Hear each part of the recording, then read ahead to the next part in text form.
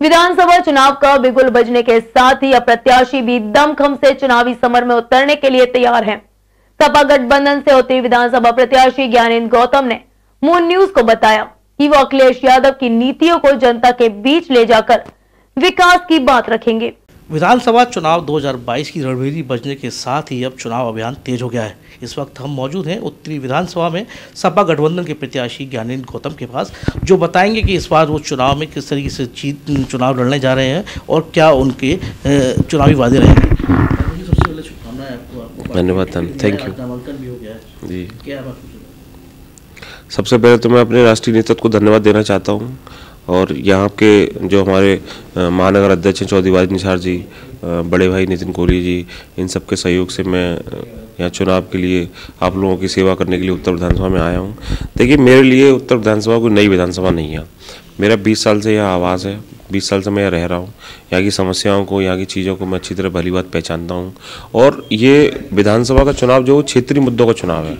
क्षेत्रीय मुद्दों के मामले में जो हमारे क्षेत्र की समस्याएं हैं, हमारे मेयर जो हैं वो एक ही पार्टी के हैं, विधायक एक ही पार्टी के हैं, यहाँ से सांसद एक ही पार्टी के हैं, लेकिन जो विकास का जो एक तरीके से जो पार्शलिटी हो रही है, भेदभाव जो हो रहा है हमारी विधानसभा को लेके, मेरी आवाज़ उन्हीं मुद्दों को उठाने की है।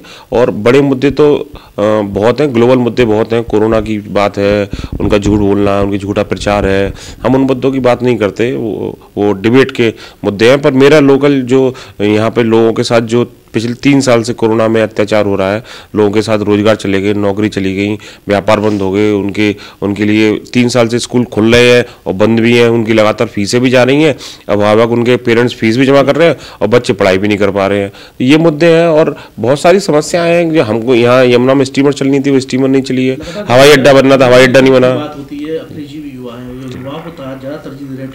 जी जी जी जी कई सारे दावेदार थे जी जी।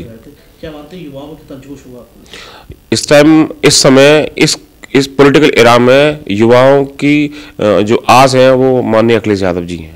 युवाओं की जो पूरी सोच है वो भैया की तरफ है और वो सब लोग मन बना चुके हैं वो कि राष्ट्रीय अध्यक्ष श्री अखिलेश यादव जी को मुख्यमंत्री बना के ही दम लेंगे जी। मैं जो पहले चुनाव लड़ चुका हूँ उसका मैं अपना प्लस पॉइंट मानता हूँ, वो मेरा बेनिफिशियरी पॉइंट है। उसके पहले चुनाव लड़ने से मुझे चीज़ों की ज़्यादा अच्छी जानकारी है, लोगों की अच्छी जानकारी है, उनकी भावनाओं को पहचानता हूँ, क्षेत्र में घूमा हूँ, मुझे बहुत ज़्यादा परिचय की आवश्यकता नहीं होगी। जो काम मैं 3 महीने में करता हूँ मैं 1 महीने में कर लूँगा। तो लोगों के पास जाएंगे, लोग पसंद भी कर रहे हैं, फ़ोन आ रहे हैं, मैं लोगों के पास जाता हूँ, बहुत जोश है। किसी भी समाज को ले लो, ऐसा नहीं कि लोग कहते हैं कि उत्तर विधानसभा जो है वो एक ही पार्टी जीती चली आ रही है और उनका वहाँ बाहुलता है और उनकी वहाँ सोच है, ऐसा नहीं है। इस बार परिवर्तन माहौल जो बहुत परिवर्तित है, बहुत परिवर्तित है, क्योंकि सबसे ज़्यादा मार जो पड़ी है वो इसी वर्ग को ज़्यादा पड़ी है। भाई जो गरीब थे वो और गरीब तो नहीं हो गए, वो अपना पहले भी मजदूरी करके खाना खा रहे थे, कमा रहे थे, लेकिन जो मध्यम वर्ग था, जो हमारी विधानसभा है वो हायर मिडिल क्लास फैमिलीज यहाँ पर रहती हैं।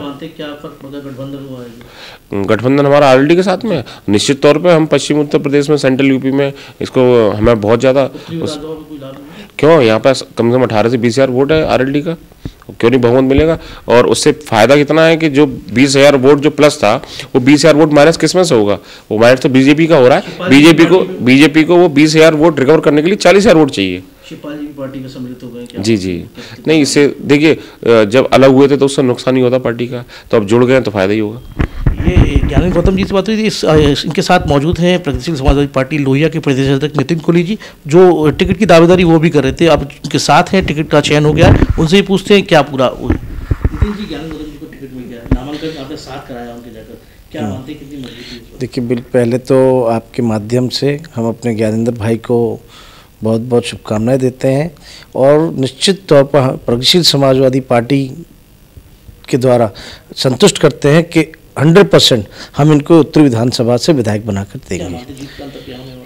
देखिए, जीत का तो अंतर ये आपको बता दें, क्योंकि अगर हम बात करें उत्तर विधानसभा की तो यहाँ सभी लोग व्यापारी वर्ग लोग हैं और सबसे ज़्यादा मार अगर इस दौर में इस बीजेपी कार्यकाल में पड़ी है तो व्यापारी वर्ग में पड़ी है। उनकी दुकानें बंद रहीं, दुकानें बंद रहने पर भी उनको बिजली का बिल देना पड़ा।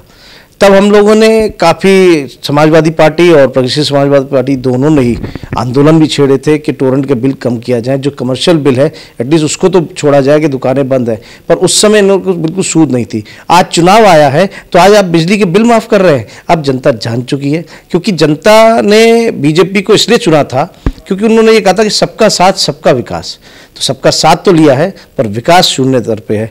और इसका नतीजा, क्योंकि ये हमारे माननीय अखिलेश यादव जी हैं, अखिलेश यादव जी ने आगरा में भले ही उनको कोई भी पार्टी की तरफ से कोई भी विधायक ना दिया हो, पर विधायक ना देने पर भी आगरा में कई योजनाएं, जब वो मुख्यमंत्री काल में थे तो उन्होंने कई योजनाएं आगरा के लिए लाई। आप ताजमहल ही देख लीजिए, पूरा पेरिस बना के रखा हुआ है। स्ट्रीट PSC ग्राउंड पर जो स्ट्रीट फूड मार्केट देने का काम करने आ रहे थे उसको इन्होंने कैंसिल कर दिया बीजेपी ने। तो ये कई योजनाएं ऐसी हैं जो अखिलेश जी, क्योंकि अखिलेश जी का एक विजन है डेवलपमेंट का, वो चाहते हैं, वो क्यों बाहर घूमते हैं, सब जगह जाते हैं, तो वहाँ की चीज़ें ला के वो उत्तर प्रदेश में देना चाहते हैं।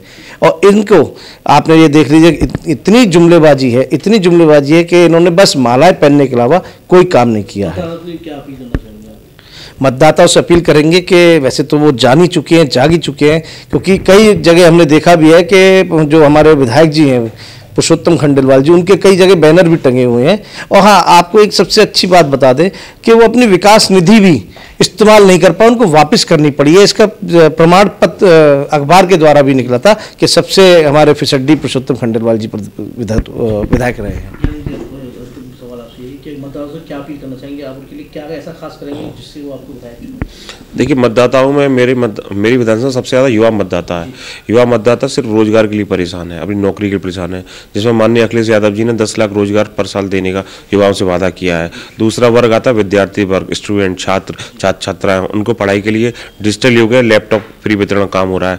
तीसरा वर्ग आता है जो जिसमें गरीब, शोषित, वंचित और पिछड़े समाज के, दलित समाज के लोग आते हैं, उनको 300 यूनिट फ्री बिजली देने का प्लान किया है। 300 यूनिट फ्री बिजली देने का मतलब कि हर परिवार से 2500 रुपये लगभग महीने का बोझ कम होगा। तो 2500 रुपये उनकी शिक्षा में जाएंगे, उनके स्वास्थ्य में जाएंगे, उन लोगों की पढ़ाई लिखाई में जाएंगे। इन सब बातों को लेकर हम अखिलेश जी की बातों को लेकर हम जनता के बीच में जाएंगे।